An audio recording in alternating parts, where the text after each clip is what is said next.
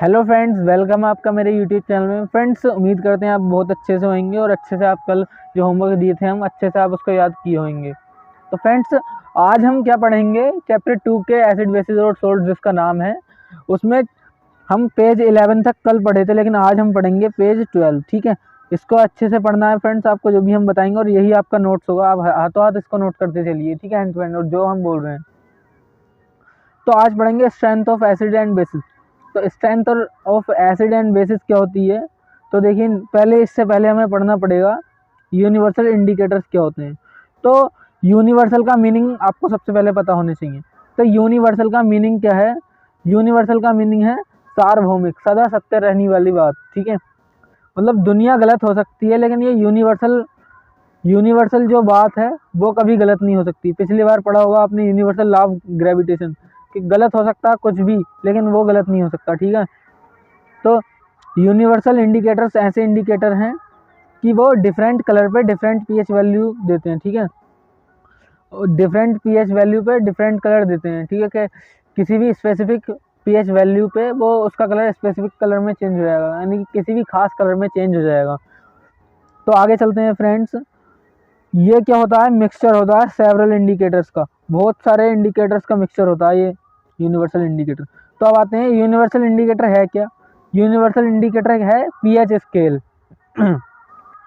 अब pH scale क्या है वो हम लाइन बाय लाइन समझेंगे। तो देखिए, the scale for measuring the hydrogen ion concentration, कि कितनी हाइड्रोजन आयन कंसंट्रेशन है उसमें सॉल्यूशन में, उसको मेजर करने के लिए जो हम स्केल यूज करते हैं उसको क्या कहते हैं हम?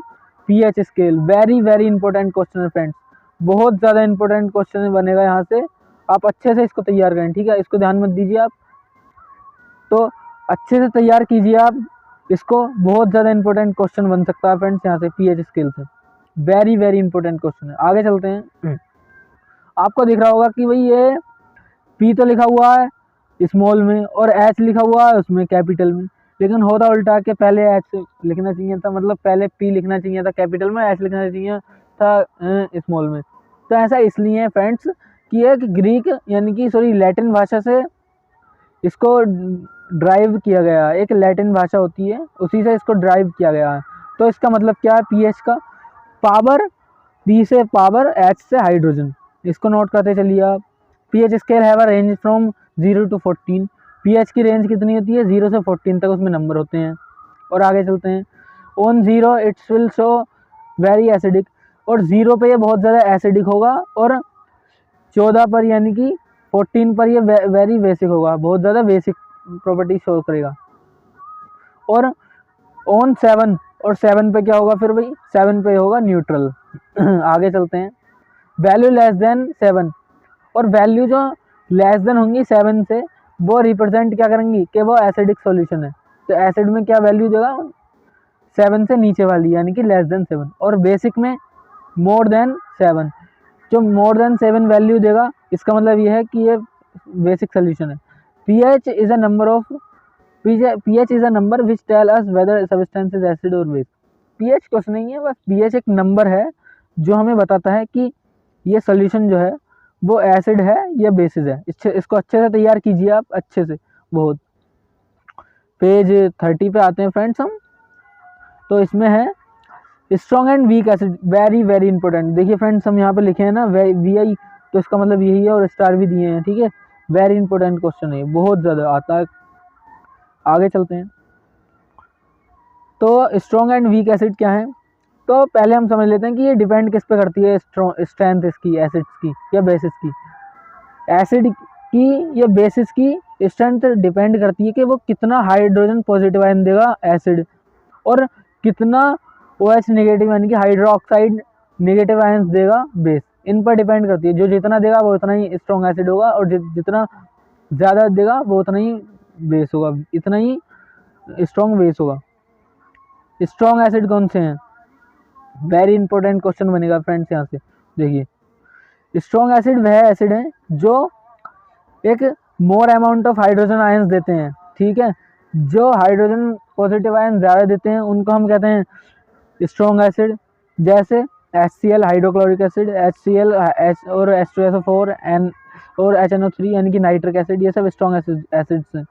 और वीक एसिड्स कौन से हैं? जिनकी हाइड्रोजन आयन देते तो हैं हाइड्रोजन पॉजिटिव आयन, लेकिन बहुत कम मात्रा में देते हैं, बहुत कम अमाउंट में देते हैं, तो उन्हें क्या कहते हैं हम? Weak acids.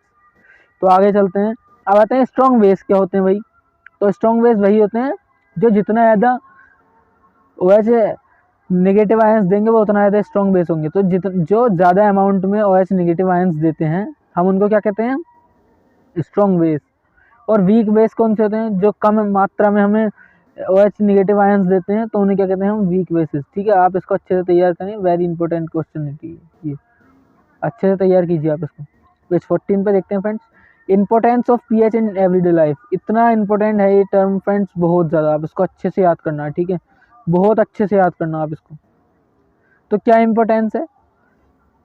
All plants and animals including human are pH sensitive, कि सारे जो एनिमल्स हैं, प्लांट्स हैं, वो पीएच सेंसिटिव होते हैं। आगे चलते हैं, our body works with in a pH range of 7 to 7.8। इतना ज़्यादा इंपॉर्टेंट पॉइंट है फ्रेंड्स, बहुत ज़्यादा, इसको अच्छे से नोट करना आप, अच्छे से स्टार बना लेना इसके आगे, ताकि आपको पता लग सके कितना इंपॉर्टेंट पॉइंट है। तो इसका मतलब है जो हमारा बॉडी है वो वर्क करती है, पीएच रेंज कितनी है उसकी वर्किंग की? पीएच रेंज 7.0 से 7.8 तक। इससे कम या ज़्यादा हुई तो हमारे लिए वो खतरनाक साबित हो सकती है, मर सकते हैं हम। ठीक है, आगे चलते हैं, देखिए ये है, देखिए ये दिए थे हम कि पीएच रेंज इससे ज़्यादा या इससे कम होगी, 7.0 से कम या ज़्यादा होगी, या इससे मतलब 7.8 से ज़्यादा होगी, तो हम वी कांट सर्वाइव। ठीक है, हम सर्वाइव नहीं कर पाएंगे। अब आते हैं आगे, when the pH of rain is less than 5.7, जब रेन का पीएच 5.6 से कम हो जाता है तो इसको हम क्या कहते हैं? एसिड रेन हो रही है। तो एसिड रेन का पीएच कितना होता है? Less than 5.6। अच्छे से नोट करना, बहुत ज़्यादा इंपॉर्टेंट है। ठीक है, लग रहा होगा आपको। तो वही अब बात आती है कि जब एसिड रेन होती है वो एक्वेटिक लाइफ के यानी कि पानी में रहने वाले जीव जंतुओं को कैसे नुकसान पहुंचाती है। तो भाई एक बात बताओ आप, जब कम पीएच वैल्यू का पानी उस वाले वाटर में डालेंगे हम जो कि पॉन्ड में है, ठीक है, या किसी भी तालाब में डालेंगे, तो उसका भी तो पीएच कम हो जाएगा पानी का जो उसमें जाएगा। तो जब पीएच कम हो जाएगा तो जो उसमें रहने वाले जीव जंतु हैं तो उनके लिए तो एक इम्बैलेंस क्रिएट हो जाएगा, वो तो उस पीएच पे सर्वाइव नहीं कर सकते जो अब उसका लेस पीएच हो जाएगा, तो इसलिए वो मर जाता है। इसको अच्छे से तैयार करिए, बहुत ज़्यादा इंपॉर्टेंट क्वेश्चन है ये। ठीक है, लिख लीजिए जैसा है वैसा। 15 पेज पे आते हैं, plants also required a pH range of their healthy growth. एक स्पेसिफिक पीएच रेंज चाहिए प्लांट्स को भी, नोट कर लीजिए इसको, कि वो सर्वाइव कर सकें। एक स्पेसिफिक रेंज चाहिए उनको हेल्थी रहने के लिए। PH is our digestive system. ठीक है, हमारे डाइजेस्टिव सिस्टम में पीएच का देखते हैं इंपॉर्टेंस क्या होता है। तो हमारा स्टोमक क्या प्रोड्यूस करता है? Hydrochloric acid. इतना इंपॉर्टेंट क्वेश्चन बनेगा फ्रेंड्स यहाँ से, बहुत अच्छे से। ठीक है, लर्न कीजिए इसको, लिख लीजिए अभी। तो हमारा स्टोमक प्रोड्यूस करता है हाइड्रोक्लोरिक एसिड, कितना स्ट्रॉन्ग एसिड है ना, और वो हमारे पेट के अंदर प्रोड्यूस हो रहा है। Hydrochloric acid help in the digestion of food. तो यह किस में हेल्प करता है? फूड की डाइजेशन में, विदाउट हार्मिंग द स्टोमक, और बिना हमारे पेट को नुकसान पहुंचाए ये वर्क करता है। If unfortunately a bacteria enter, यदि दुर्भाग्यवश कोई बैक्टीरिया है वो हमारी बॉडी में एंटर किया कर जाता है किसी ना किसी तरीके से, या किसी भी तरीके से मान लीजिए, तो ये जो हमारा हाइड्रोक्लोरिक एसिड है वो उसको बॉडी में ही, हमारे बॉडी में यानी कि हमारे शरीर में ही इसको मार देता है, किल कर देता है। When indigestion occur, stomach produce too much acids।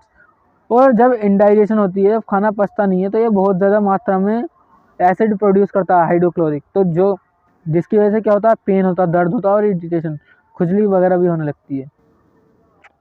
देखिए ये दिया है, to get relief from the antacid from the pain we use antacid. ठीक है, एंटासिड यूज़ करते हैं हम उस पेन से छुटकारा पाने के लिए। ये बहुत ज़्यादा इंपॉर्टेंट पॉइंट है फ्रेंड्स, अच्छे से नोट कीजिए इसको। तो आगे चलते हैं फ्रेंड्स कि पेज 16 पे के एंटासिड्स क्या होते हैं। ठीक है, अभी जो हम बताए थे एंटासिड को, वो यहाँ पे हमने डिफाइन कर दिया, आपको तकलीफ ना हो बस इसलिए, आपकी सुविधा के लिए। वैसे तो ये पहले ही आ गया होगा आपको, हो सकता है पता हो, फिर भी सुन लीजिए आप। तो एंटासिड क्या होते हैं कि बेस होते हैं ज़्यादातर, जनरली ये बेस होते हैं जो क्या करते हैं, न्यूट्रलाइज कर देते हैं एसिड को न्यूट्रलाइज करके बेस बना लेते हैं। आगे चलते हैं। ये वाला पिछला वाला जो हम पॉइंट बताए थे, ये वाला एंटासिड इंपॉर्टेंट पॉइंट है, अच्छे से नोट कर लेना इसको। PH changes cause the tooth decay, जो हमारी दांत गलने सड़ने शुरू हो जाते हैं, कीड़ा वगैरह लगने लगता है, वो हम नाम देते हैं वैसे, तो वो किसकी वजह से होता है, पीएच चेंज होता है हमारे माउथ का, तो उसकी वजह से टूथ डीके होने लगती है हमें, ठीक है, दांत बिखरने लगते हैं। आगे चलते हैं, इसको ध्यान में दीजिए आप। आगे चलते हैं। Tooth decay start when pH, और टूथ डीके कब स्टार्ट होता है, जब का पीएच मुंह का 5.5 से कम हो जाता है, ठीक है, जब कम हो जाता है, जब स्टार्ट होता है tooth decay. Some plants and animals uses acids and bases for self defence, कुछ ऐसे होते हैं कि सेल्फ डिफेंस के लिए, अपनी रक्षा करने के लिए एसिड को और बेसिस को यूज करते हैं। अच्छे से नोट कर लेना इसको, पॉइंट को अच्छे से, क्वेश्चन बनेगा ऐसे। तो देख रहे होगे भाई कि जब बी हमें काटती है, यानी कि मधुमक्खी, तो हमें चिड़चिड़ाहट फैलने लगता है, तो क्या छोड़ जाती है, लैक्टिक एसिड। तो भाई अपने सेल्फ डिफेंस के लिए ही तो छोड़ रही है, जब उसको खतरा महसूस होता है हमसे, तो वो तभी तो हमको काटती है और एसिड छोड़ जाती है और हमें तकलीफ दे जाती है, ठीक है। तो इसी बिहाफ पर हम कह सकते हैं कि कुछ जो मतलब ऑर्गेनिज्म है वो एसिड्स का यूज़ करते हैं, किसमें, अपने सेल्फ डिफेंस में। देखिए ये दिए हैं हम, पेन यानी कि दर्द का कारण बन जाती है, और इरिटेशन, खुजली भी होने लगती है वहाँ पे हमें। तो फ्रेंड्स अब आते हैं साल्ट्स पर। तो साल्ट्स क्या होती हैं, साल्ट ऐसे कंपाउंड हैं जो कि फॉर्म होते हैं जब एसिड मेटल पर मिलता है और हाइड्रोजन गैस निकलती है। तो ये वाली डेफिनेशन है, आ जाती है फ्रेंड्स क्वेश्चन यहाँ से, तो आप इसको अच्छे से याद करें। देखिए ये है, ये वाली आप इसको अच्छे से नोट कीजिए अपने कॉपी में, ये जहाँ पे भी। आगे चलते हैं। देखिए ये नेम ऑफ साल्ट्स हैं, आप अच्छे से इसको तैयार कर लेना, याद कर लेना, ये साल्ट्स के नेम है और ये रिएक्शन है उनकी कि कैसे होती हैं। Salt form when strong acid and strong base is neutral, और जब स्ट्रॉन्ग एसिड और स्ट्रॉन्ग बेसिस दोनों मिलके साल्ट बनाते हैं तो क्या होती है, वो न्यूट्रल साल्ट बनती है, जिसकी पीएच वैल्यू 7 होती है। हम बोले थे कि न्यूट्रल होता है ये पीएच स्केल 7 पे, तो देखिए न्यूट्रल क्या होता है, साल्ट होता है वो, जब न्यूट्रल साल्ट क्या होगा, जिसका पीएच 7 हो। तो आगे चलते हैं। Salt form by weak acid and weak base, और अगर वीक एसिड और वीक बेस भी मिलकर कोई साल्ट बनाएंगे तो वो भी क्या होगी, न्यूट्रल साल्ट होगी। अब एसिडिक साल्ट कौन सी होती हैं, तो एसिडिक साल्ट वो होती हैं जो कि स्ट्रॉन्ग एसिड, जैसे मान लीजिए H2SO4, H2SO4, यानी कि ये होता है सल्फ्यूरिक एसिड से मिलकर बनी, यानी कि एक स्ट्रॉन्ग एसिड है, और वीक बेस किसी वीक बेस से मिलकर बन गई, तो उसका हम कहते हैं एसिडिक साल्ट, क्योंकि इसमें एसिड ज़्यादा है, एसिड ज़्यादा मतलब ज़्यादा आयंस देगा, है ना, उसको हाइड्रोजन आयन ज़्यादा देगा, तो इसलिए वो एसिड साल्ट होती है। ठीक उसी तरह बेसिक साल्ट्स में भाई, बेसिक साल्ट में बेस का कंसर्न, यानी कि बेस ज़्यादा स्ट्रॉन्ग होता है और एसिड ज़्यादा वीक होता है, बस इतना सा फर्क है, कोई ज़्यादा बड़ी बात नहीं है, आप उसको अच्छे से तैयार करें। और जिस साल्ट का पीएच वैल्यू ज़्यादा होगा किससे, 7 से, तो उस साल्ट्स को हम क्या कहेंगे, बेसिक सॉल्ट, ठीक है। अच्छे से इसको तैयार करना फ्रेंड्स, अच्छे से इसको तैयार कर लेना। देखिए यहाँ से हम थे, यहाँ पे थे, और एग्जाम्पल आप इसके अच्छे से याद कर लेना कि एसिडिक साल्ट्स कौन सी हैं और बेसिक साल्ट्स भी हैं, देखिए, ठीक है, अच्छे से इसको याद कर लेना आप। उम्मीद करते हैं समझ में आ रहा होगा फ्रेंड्स। न्यूट्रल साल्ट के एग्जाम्पल है NaCl, यानी कि NaCl क्या है, न्यूट्रल साल्ट है, सोडियम क्लोराइड, जिसको हम कॉमन साल्ट भी कहते हैं। केमिकल फ्रॉम कॉमन साल्ट, अब कॉमन साल्ट से भी बहुत सारे केमिकल बनते हैं। देखिए sodium hydrogen carbonate, hydrochloric acid, ये जो सब चीज़ मिलके जो बनाता है वो सोडियम क्लोराइड बनाता है, यानी कि जब भी सोडियम हाइड्रोक्साइड और हाइड्रोक्लोरिक एसिड भिड़ता है तो क्या देता है, सोडियम क्लोराइड देता है, जिसको हम कॉमन साल्ट कहते हैं। इसको अच्छे से याद कर लेना फ्रेंड्स। हम इम्पोर्टेंट नहीं बोल रहे हैं तो इसका मतलब ये नहीं कि इम्पोर्टेंट नहीं है, अच्छे से नोट करके जाना। तो कॉमन साल्ट हम काय में यूज़ करते हैं, खाने में, फूड बनाने में। ये क्या है, एक न्यूट्रल साल्ट है, यानी कि न्यूट्रल साल्ट है। रॉक साल्ट, कुछ साल्ट देखा होगा आपने, एक पत्थर वाली जो नमक आती है, ठीक है, डेली वाली नमक जिसको हम बोलते हैं तो ऐसी साल्ट्स को हम क्या कहते हैं, रॉक साल्ट। वो रॉक, और उसका कलर चेंज क्यों होता है, क्योंकि उसमें बहुत सारी इम्प्योरिटीज़ होती हैं। देखिए ये वाला पॉइंट दिया है कि इम्प्योरिटीज़ वाला। पेज 20 पर आते हैं friends. The common salt is an important raw material. तो ये कॉमन साल्ट क्या है, एक इम्पोर्टेंट रॉ मटेरियल है हमारे डेली यूज़ के लिए, ठीक है। तो the common salt have a great significance. इसका बहुत बड़ा महत्व है हमारी ज़िंदगी में, क्योंकि हम इसको खाने में यूज़ करते हैं, बेकिंग सोडा बनाने में, सोडियम हाइड्रोजन कार्बोनेट बनाने में, सोडियम हाइड्रोक्साइड बनाने में, ब्लीचिंग पाउडर, वॉशिंग सोडा, और बहुत सारे यूज़ हैं, ठीक है। तो सोडियम हाइड्रोक्साइड क्या है ये फ्रेंड्स हम कल पढ़ेंगे। और इतना ही इस वीडियो में फ्रेंड्स, ये सेकंड पार्ट था इस वीडियो का, और जल्दी से जल्दी कल तक आपके लिए थर्ड पार्ट मैं अवेलेबल कर दूंगा फ्रेंड्स। तो तब तक के लिए जय हिंद और गुड बाय फ्रेंड्स। आप इसको अच्छे से तैयार करें ताकि अच्छे से आपको मार्क्स आएँ, ठीक है। तो ठीक है, फिर एंड करते हैं फ्रेंड्स, मिलते हैं जल्दी एक नई वीडियो में कल। फिर good bye and take care.